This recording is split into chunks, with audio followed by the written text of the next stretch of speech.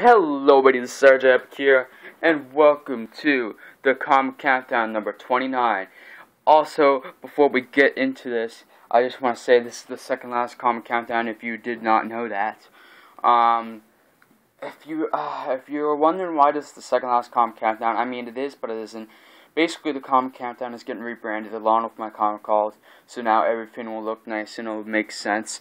Comic Countdown is basically getting replaced / rebranded into a series called Ranked. And if you want to know all the details, just go watch my channel announcement videos. My channel announcement video that I made. I haven't recorded in like a couple weeks or like a week and a half, couple weeks. But go back and search. It was a few videos back. I think that it might literally be like my third last video that I made. It's an announcement video, has like the clickbait type titles with the exclamation points. The only reason I did that was so people know what's happening. But But anyway, yes, welcome to the Comic Countdown number 29. To get back on what we're here for, it is the second last one. Number 30 will be the last one. So that'd be cool. This is for Comic Call number 59. Number 60 will be the last Comic Call before they turn into all new Comic Calls. And I have 10 books here. And if you don't know what the Comic Countdown is, it is where I go through and rank all the books from my latest haul from my least favorite to my favorite. And I actually have them written down in the order. And actually, there's some surprises here and some big changes in my ranks, which is nice. And of course, I got some books I don't always get too. Or haven't gotten before, so that's nice. I got a couple number ones here. So anyway, I'm going to show you the books and then we're going to rank them. Spider-Woman, issue number 8. Deadpool, issue number 14, a Civil War II tie-in. The Ultimates, issue number 1 from the first volume. The Amazing Spider-Man, number 15. Avengers World, issue number 7. Amazing Spider-Man, number 2. Civil War II, Amazing Spider-Man, issue number 2. All New Invaders, issue number 1 from Marvel Now. Mockingbird, issue number 4. Avengers World, issue number 8. And The Walking Dead, issue number 156, Queen and King.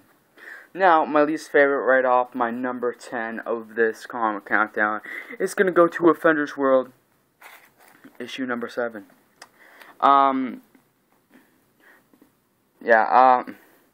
This actually is almost my cover of the week. This is a really nice cover, but I have decided to give that to another book.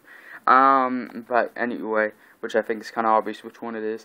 But yeah, this was a really good story. Well, I don't know. It was kind of at some points, but we find out what happened to Shang-Chi. We kind of find out, we kind of get to meet this new organization. I think it's new in this issue. I forget what it's called. Blah, blah, blah. This story kind of revolves around Falcon for the most part.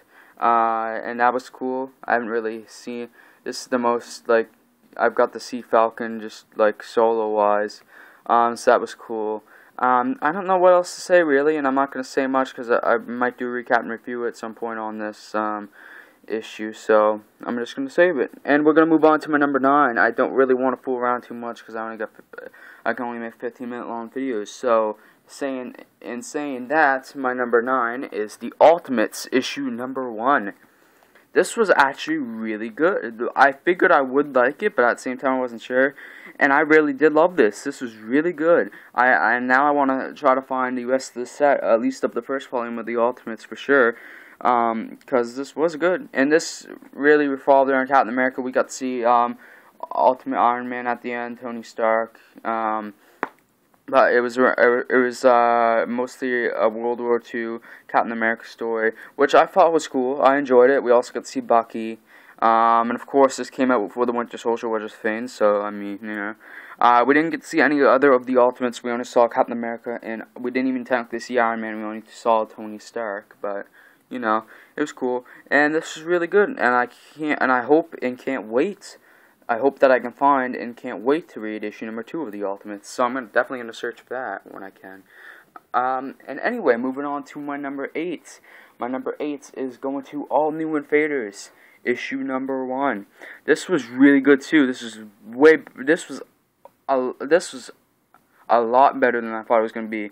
I wasn't sure if I was going to like this or not, just because I'm not really familiar with Namor or the original Human Torch. But this story mostly revolved around the original Human Torch, Jim Hammond, with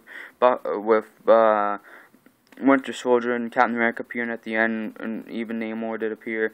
But this was definitely like a Jim Hammond story, and this almost felt like it should have been like Human Torch issue #1 or something like that. But no, this was really good. The story happened in a small town. Jim Hammond is a cool character. I liked him. I like how he interacted in with the events going on. Yeah. I mean, I was kind of iffy on this book because I'm really not all that interested in the character of Namor, but I decided overall it'd probably be a pretty good book. It's World War II, like, reunion of this team, because they were in the World War II, they were teammates, and I thought that was pretty cool, and I kind of wanted to see, their new adventures, so, I decided to pick it up. Kind of surprised they don't have a series now or something. I don't know.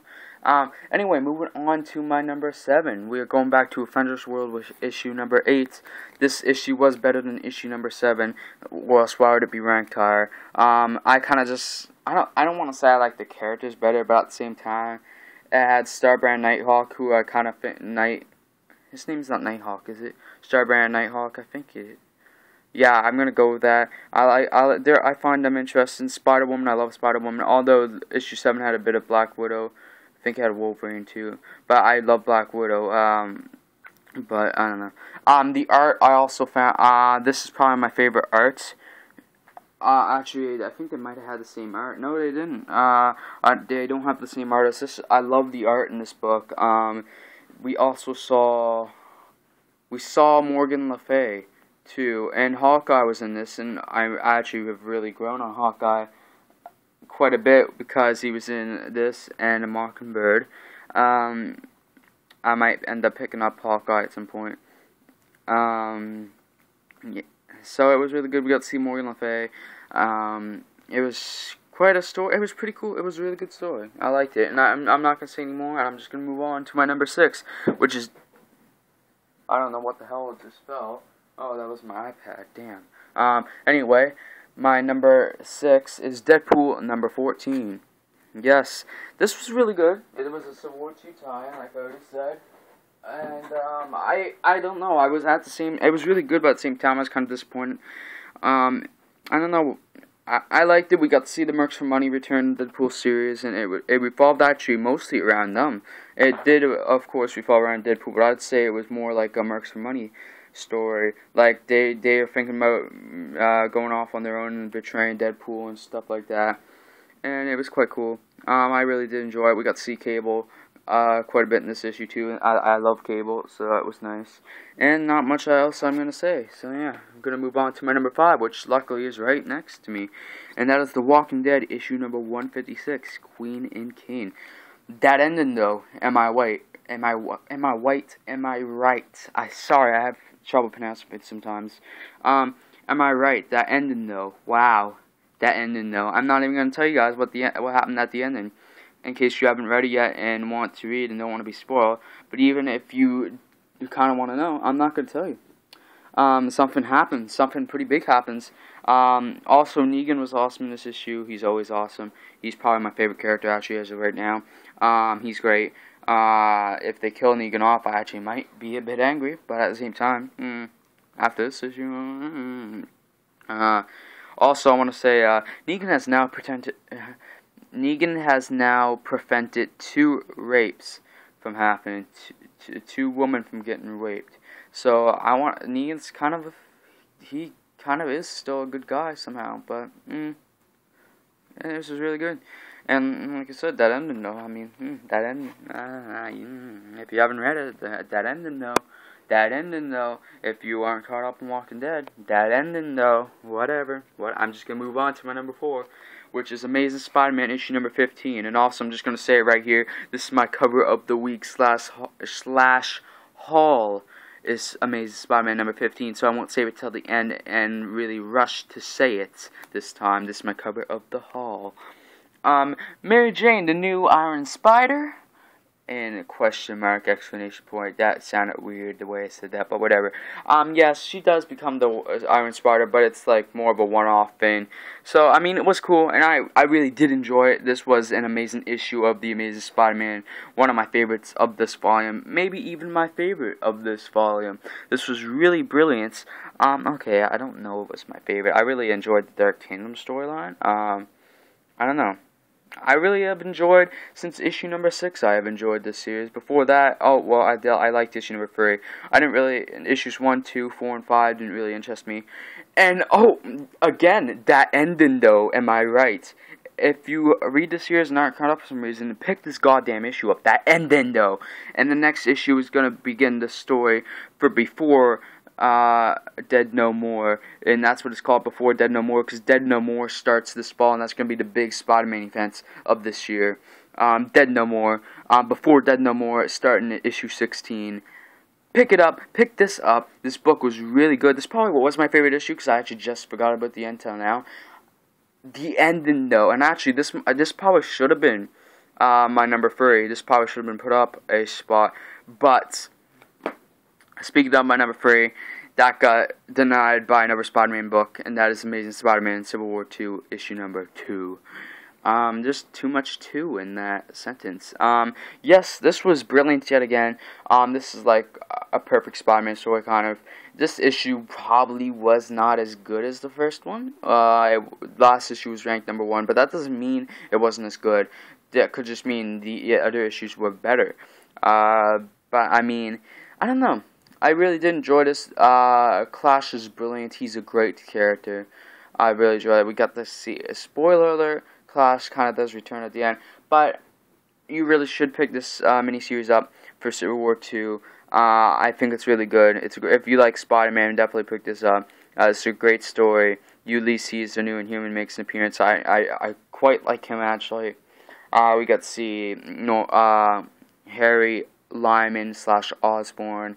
We get to see Clash, of course, and Spider-Man, because it is a Spider-Man story. Anyway, moving on to my number 2, which will feel my number 1. Moving on to my number 2, which will reveal my number 1. Will it be Mockingbird, number 4, or will it be Spider-Woman, number 8? Well, my number 2 is Spider-Woman, number 8. Ha, you thought there was a chance Spider-Woman would get number 1. No, I'm just kidding. A Spider-Woman issue probably will be ranked number 1 at one point, but that's just not going to happen today. It almost did, but the main reason probably why is I don't mind filler issues, but this was quite a filler issue, because next issue it seems like we're going to get into some Civil War 2 events, but I actually really enjoyed this. I don't care if it was a bit fillerish. I enjoyed her battle with Tiger Shark. The best part was probably the dialogue in this issue and the character interaction. I love the interaction between her and Porcupine. I love that. I even love that Ben Urich is in this. I don't know how to say that. Ben Urich is in this series. He's the reporter for Daily Bugle or whatever. I even love that.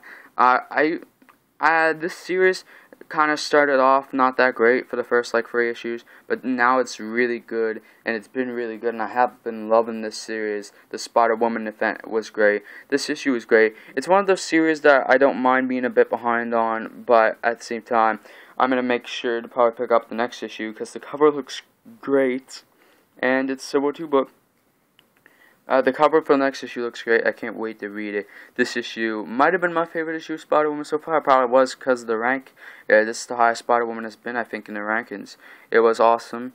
And I can't wait for the next issue, like I was saying. And I've got a minute left, so I got to talk about my number 1.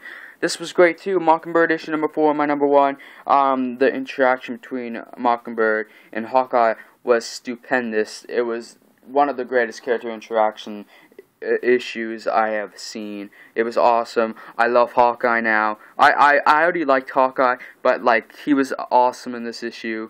Where did you put that file, Hawkeye? Inside jokes. Pick up this issue. Pick up Mockingbird if you haven't been.